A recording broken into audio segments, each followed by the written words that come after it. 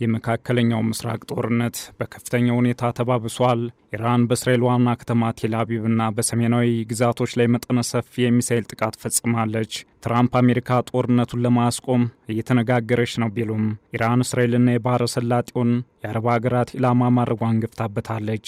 ኢራን እስራኤልና የባህረ ሰላጤውን የአረብ ሀገራት ኢላማ ያደረገ ጥቃቷን ስትቀጥል በማዕከላዊ ቴል አቪቭ ጎዳና ላይ ሚሳኤል ተመቷል። ትራምፕ የኢራን የኃይል ማመንጫ ጣቢያዎችን በአየር ድብደባ ኢላማ ለማድረግ ያስቀመጡትን የጊዜ ገደብ አራዝመዋል። ይህም የነዳጅ ዋጋ ለአጭር ጊዜ እንዲቀንስና የአክሲዮን ገበያዎች እንዲነቃቁ አድርጓል። የቀነ ገደቡ መራዘም ንጹህ የመጠጥ ውሃ እንዲያገኙ የሚያስችሉ የጨው ማስወገጃ ፋብሪካዎችና ሌሎችም መሰረተ ልማቶችን ኢላማ ሊሆኑ እንደሚችል ከፍተኛ ስጋት ያደረባቸው በኢራንና በባህረ ሰላጤው ዙሪያ በሚሊዮን ለሚቆጠሩ ሰዎች ረፍት ሰጥቷል። ነገር ግን ትራምፕ ከኢራን ጋር ተደረገ ያሉት ድርድር ሁለቱንም ሀገራት አለመግባባት ውስጥ አስገብቷል። ኢራን ምንም አይነት ውይይት እንዳልተደረገ አስተባብላለች። ይህም የታየውን ጭላንጭል ተስፋ መንምኖታል። በተለይም ትራምፕ ለ5 ቀናት ተራዘመ ያሉት የኢራን የኤነርጂ መሰረተ ልማቶች ላይ ያነጣጠረ የአሜሪካና እስራኤል ጥቃት መፈጸሙ ነገሩን አወሳስቦታል። ይህንና ተያያዥ ጉዳዮችን በዓለም አቀፍ ትንታኔ ዘገባችን እንመለከተዋለን። አበረ ስሜነ ነኝ።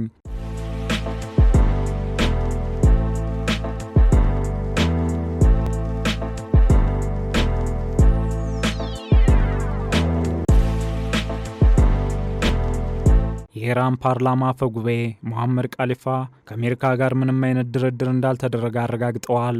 ይልቁንም የፋይናንስና የነዳጅ ገበያዎችን ለማዛባት የውሸት ዜናዎች ጥቅም ላይ እንደዋሉ ጠቁመዋል። የኢራን ከአሜሪካ ጋር ምንም አይነት ድርድር አልተደረገም ማስተባበያ ከጦርነቱ እኩል ጥቅም ላይ እየዋለ የሚገኘውን የኢንፎርሜሽን ወርፌር ወይም የመረጃ ጦርነት አግዝፎታል። በተለይም አሜሪካ ለጦርነቱ በየቀኑ ከ1 ቢሊዮን ዶላር በላይ ወጪ ያደረገች መሆኑ በአሜሪካውያን ዘንድ ለፈጠረው ቁጣና ለኢኮኖሚያዊ ቀውስ ማወናበጃ እንደሆነም በስፋት እምነት አለ። ወዲህ ደግሞ ድርድር የሚሉ ሀሳቦችን በማራመድ በተደጋጋሚ ባልተጠበቀ ሁኔታ የጥቃት በትሯን ለምትሰነዝረው አሜሪካ የተለመደ ማዘናጊያ ተደርጎም ተወስዷል። አሜሪካ እውነተኛ ድርድር የምትፈልግ እንኳን ቢሆን በኢራን በኩል እምነት ማግኘት የምትችልበት ሁኔታዎች የሉም። ከአሁን ቀደም ኢራን ከአሜሪካ ጋር ድርድር እያካሄደች ባለበት ሁኔታ የደረሰባት ከፍተኛ ኪሳራ እምነቷ እንዲሸረሸር አድርጓል። በተለይም ባለፈው ዓመት ሰኔ ወር በ12 ቀናቱ የእስራኤል ኢራን ጦርነት አሜሪካ ጣልቃ በመግባት 9 ቁልፍ የኒውክሌር ሳይንቲስቶችን ጨምሮ በ3 የኒውክሌር ጣቢያዎቿ ላይ ያደረሰችው ውድመት አሜሪካ ድርድር ስትል ኢራንን አራስ ነብር የሚያደርግ ቁስል ነው። በአሁኑ ጊዜ እየተደረገ ያለውና ለዓለም ስጋት የደቀነው ጦርነት እንዲጠናቀቅ በርካታ ሀገራት እየወተወቱ ነው። ትራምፕም ቢሆኑ ከኢራን ጋር ድርድር ተደርጓል እስከ ማለት የደፈሩበትን ተደራደረች በተባለችው ኢራን ደግሞ ተቀባይነት የሌለውን መግለጫ እንዲሰጡ ምክንያት ሆኗል። ነገር ግን የኢራን ሹማምንት የምን ድርድር እንዲያውም ከስራ የተባረሩ ፕሬዝዳንት ናቸው እስከ ማለት ድረስ ተሳልቀዋል። ይህ በእርግጥም የሽንፈት ሚዛኑ በአንድ የሚሆን በሌላ መልኩ ወደ ሀያላኑ አሜሪካና አጋሮች እየደፋ መሆኑን ያመላክታል። እንደ ኢራን አቋም ከሆነ አሜሪካን ማንበርከክ የኢራን የመጨረሻ ግብ ነው። በተለይም ከኃይል እርምጃ ባለፈ ስትራቴጂካዊ አሜሪካን የማንበርከኪያ ስልቶች ውጤት እያሳዩ ይገኛል።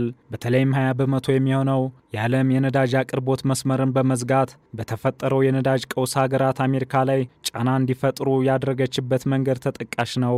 በቅርቡም አሜሪካና እስራኤል የኢራንን የኤነርጂ መሰረተ ልማት ለማውደም ያስቀመጡትን ማስጠንቀቂያ ተራዝሟል እንዲባል ያስቻለው ስልታዊ ማስጠንቀቂያዋ ይጠቀሳል። ወዲህ ደግሞ ትራምፕ በኢራን የኤነርጂ መሰረተ ልማት ላይ ለመፈጸም የታቀደው ጥቃት ተራዝሟል ባሉ በሰዓታት ልዩነት ውስጥ ጥቃት ማድረሳቸው የአሜሪካ ስልታዊን አካሄድ ያመለክታል። ይህም ኢራን አሜሪካን ለማሸነፍ የዘየደቻቸው ስልቶች ውጤታማነት ላይ ጥያቄ የሚያስነሳ ነው። እስራኤልና አሜሪካ በኢስፋሃን የኤነርጂ ጣቢያ ላይ በተፈጸመው ጥቃት በአካባቢው የሚገኘው የተፈጥሮ ጋዝ አስተዳደር ሕንፃና የጋዝ ግፊት መቆጣጠሪያ ማዕከል ላይ ጉዳት ደርሷል። በተመሳሳይ በኮራም ሻር የኤነርጂ መሰረተ ልማት ላይ በተፈጸመ ጥቃት በጋዝ ማስተላለፊያው ቱቦ ላይ ጉዳት ደርሷል። ያም ቢሆን ግን በሁለቱም የኤነርጂ መሰረተ ልማቶች ላይ በተፈጸመው ጥቃት የከፋ ጉዳት አልተመዘገበም። የኃይል አቅርቦቱም አልተስተጓጎለም። ኢራን ደግሞ ከጥቃቱ በኋላ በወሰደችው የአጸፋ እርምጃ የእስራኤል መዲና ቴል አቪቭን ጨምሮ ሌሎች ከተሞች ላይ ሚሳኤል አዘንባለች። በተመሳሳይ በመካከለኛው ምስራቅ በሚገኙ የአሜሪካ የጦር ሰፈሮች ላይ ጥቃት መፈጸሟን የኢራን አብዮታዊ ዘብ አስታውቋል። ምሽት ላይ ኢራን በቴል አቪቭ በፈጸመችው ጥቃት በመኖሪያ ህንፃዎች ላይ ከፍተኛ ጉዳት አድርሷል። 6 ሰዎች ደግሞ ጉዳት አስተናግደዋል። በመካከለኛው ምስራቅ ያለው የኃይል እርምጃ መጠነኛ ተስፋ የታየበትን አጋጣሚ በመቀልበስ ዓለም አቀፉን ማህበረሰብ ዳግም ለከፋ ስጋት አጋልጧል። መጠነኛ መሻሻል ያሳየውን የዓለም የነዳጅና የጋዝ ገበያም ይበልጥ እያወሳሰበው ይገኛል። በዚህ ጊዜ በመካከለኛው ምስራቅ የነገሮች ተለዋዋጭነት ወደ ማይገመት ደረጃ እየተሸጋገረ ነው። የእስራኤል ጠቅላይ ሚኒስትር ቤንያሚን ኔታንያሁ እስራኤል ኢራንንና ሊባኖስን መምታቷን እንደምትቀጥል ተናግረዋል።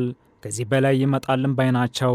የኢራን የውጭ ጉዳይ ሚኒስትር አባስ አራግቺ በበኩላቸው በዚህ ሳምንት ስለ ጦርነቱ ከአዘርባይጃን፣ ግብፅ፣ ኦማን፣ ፓኪስታን፣ ሩሲያ፣ ደቡብ ኮሪያ፣ ቱርክና ቱርክሜኒስታን ጋር ሲነጋገሩ እንደነበር ጽሕፈት ቤታቸው አስታውቋል። ኢራን ከፋርስ ባህረ ሰላጤ ወደ ክፍት ውቅያኖስ የሚያመራውን የባህር ወሽመጥ አቋርጠው ጥቂት መርከቦች እንዲያልፉ ፈቃድ ሰጣለች። ነገር ግን ከአሜሪካ ከእስራኤል ወይም ከአጋሮቿ ጋር ግንኙነት ያላቸውን መርከቦች ኢላማ ማድረጓ እንደምትቀጥል አስታውቃለች። መሪዎቿ የዋሽንግተንን ዓላማ በጥንቃቄ ይከታተላሉ። ቴህራን ለጦርነቱ መጀመር ምክንያት ከሆነው ድንገተኛ ጥቃት በፊት ከአሜሪካ ጋር ድርድር ላይ ነበረች። ባለፈው ዓመት አሜሪካና እስራኤል የኒውክሌር ተቋሞቿን በማጥቃት የ12 ቀናቱን ጦርነት ያደረጉት ኢራን ውይይት ላይ በነበረችበት ሁኔታ ነው። ትራምፕ፣ ኔታንያሁና ሌሎችም በተፈጥሯቸው ውሸታሞች ናቸው፣ ተፈጥሯቸውም ክፍፍል መፍጠር ነው ሲሉ የኢራን ፓርላማ ብሔራዊ ደህንነትና የውጭ ጉዳይ ፖሊሲ ኮሚቴ አባል የሆኑት እስማኤል ኮሳር ተናግረዋል። የትራምፕ ያልተፈጸመ የጊዜ ገደብ መራዘም የመጣው በሺዎች የሚቆጠሩ የባህር ኃይል ወታደሮች ወደ አካባቢው እየመጡ በመሆናቸው ነው። ይህም አሜሪካ ከኢራን የባህር ዳርቻ ርቃ የምትገኘውንና ለሀገሪቱ የነዳጅ አቅርቦት ወሳኝ የሆነውን የካርግ ደሴትን በመያዝ ልትሞክር ትችላለች የሚል ግምት አስነስተዋል። አሜሪካ ከአንድ ሳምንት በፊት በፋርስ ባህረ ሰላጤ ውስጥ ያለውን ደሴት በቦምብ ደብድባለች። የኢራን የሟቾች ቁጥር ከ1500 በላይ መድረሱን የጤና ሚኒስቴር ወቁልኝ ብሏል። በእስራኤል 15 ሰዎች በኢራን ጥቃት ተገድለዋል። ቢያንስ 13 የአሜሪካ ወታደራዊ አባላትና በዌስት ባንክ እንዲሁም በባህረ ሰላጤው የአረብ ግዛቶች ውስጥ ከ12 በላይ ሲቪሎች ተገድለዋል። በቀጣይ የሚፈጠሩ ሁኔታዎችም ለተጨማሪ ሕይወት መጥፋትና ለዓለም አቀፉ ደህንነት አደጋን እንዳያስከትሉ ተሰግቷል። ዓለም አቀፍ ትንታኔ ዘገባውን ስናዘጋጅ ኤፒ ኒውስ፣ ዘ ኢንዲፔንደንትና አልጀዚራን በዋቢነት ተጠቅመናል።